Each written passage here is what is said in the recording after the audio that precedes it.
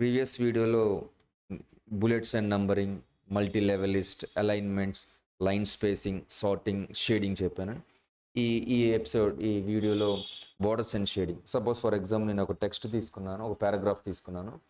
నేను దీని వరకు సెలెక్ట్ చేసుకున్నాను. సే ఫర్ ఎగ్జాంపుల్ ఇక్కడికి వస్తే మీరు అబ్జర్వ్ చేస్తే చాలా ఆప్షన్స్ ఉన్నాయండి. బోర్డర్స్ అండ్ షేడింగ్ మనం టాప్ బాటమ్ బార్డర్ పెట్టచ్చు, టాప్ బార్డర్ పెట్టచ్చు, లెఫ్ట్ బార్డర్, రైట్ బార్డర్, అసలు బార్డరే వద్దు, ఆల్ బార్డర్స్ ఇట్లా. అయితే ఆ బార్డర్స్ షేడింగ్ డాటర్స్గా ఉన్నాయి.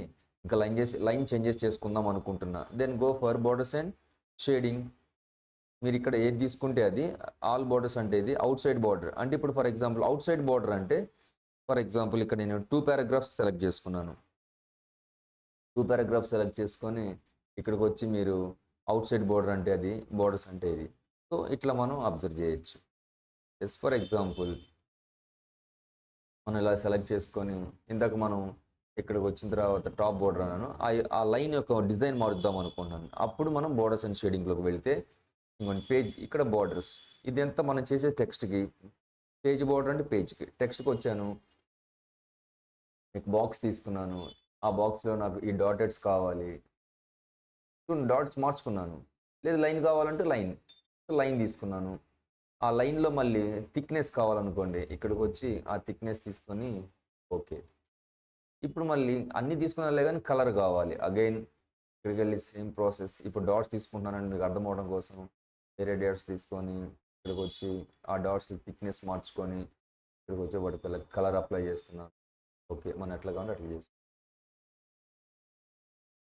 ఇది పారాగ్రాఫ్కి సంబంధించిన ఆప్షన్స్లో బార్డర్స్ అండ్ పేజ్ బార్డర్లో. ఇక్కడ రైట్ సైడ్ చూడండి, ఇక్కడ రైట్ సైడ్, ఇక్కడ రైట్ సైడ్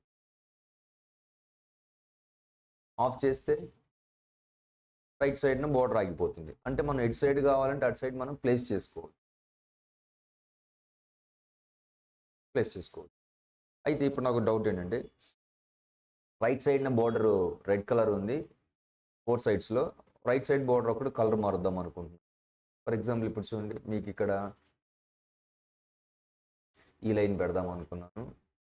దానికి వచ్చే కలర్ సంబట్ మీకు అర్థం అవటం కోసం సమ్ గ్రీన్ కలర్ ఏదో అప్లై చేస్తున్నాను. సో ఇట్లా మనం చూడొచ్చు.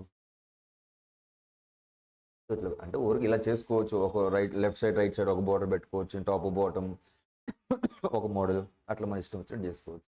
ఇంకా ఈ బోర్డర్స్ ఏమి వద్దనుకున్నప్పుడు మనం సింపుల్గా నన్ను అంటే సరిపోతుందంటే మొత్తం పోతాయి. ఇది only borders for the text. అలా కాకుండా ఇప్పుడు ఫర్ ఎగ్జాంపుల్ ఇందులో ఈ 2 లైన్స్ తీసుకున్నాను, ఇక్కడ నుంచి ఇక్కడ దాకా ఒక 2 లైన్స్ తీసుకున్నాను, ఇంతవరకే నాకు బోర్డర్ కావాలి. So then go borders and shading. ఇక్కడికి వచ్చే వాటికి మీరు బాక్స్ తీసుకొని మీకు ఏ మోడల్లో కావాలంటే ఇక్కడ మీరు టెక్స్ట్ సెలెక్ట్ చేసుకోవాలి. ఆటోమేటిక్గా అదే సెలెక్ట్ చేసుకుని టెక్స్ట్ అయిపోతుంది. మీరు ఓకే చేస్తే అంత.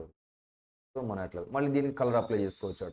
మామూలుగానే బోర్డర్స్ అండ్ షేడింగ్ వచ్చాను. సో ఇక్కడికి వచ్చే వాటికల్లా whichever colour you require you can ఇట్లా తీసుకొని చేసుకో.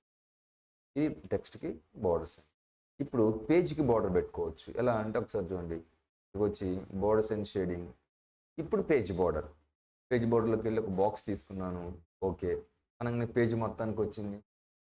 అందులో మళ్ళీ థిక్నెస్ మార్చుకోవాలి, అవన్నీ చేయాలనుకోండి, మళ్ళీ పేజ్ బార్డర్లోకి వెళ్ళి మీకు ఏ మోడల్ కావాలంటే ఫర్ ఎగ్జాంపుల్ ఇక్కడ థిక్నెస్ ఉంది, ఇది కావాలని తీసుకున్నాం. మనకి కలర్ మార్చుకోవచ్చు, ఏ కలర్ కావాలంటే ఆ కలర్.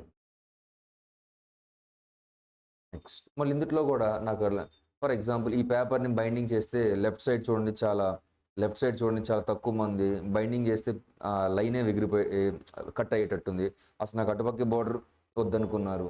ఎప్పుడు వెళ్తాను borders and shading, page border. So నాకు లెఫ్ట్ సైడ్ వద్దనుకున్నాం కాబట్టి లెఫ్ట్ సైడ్ క్లిక్.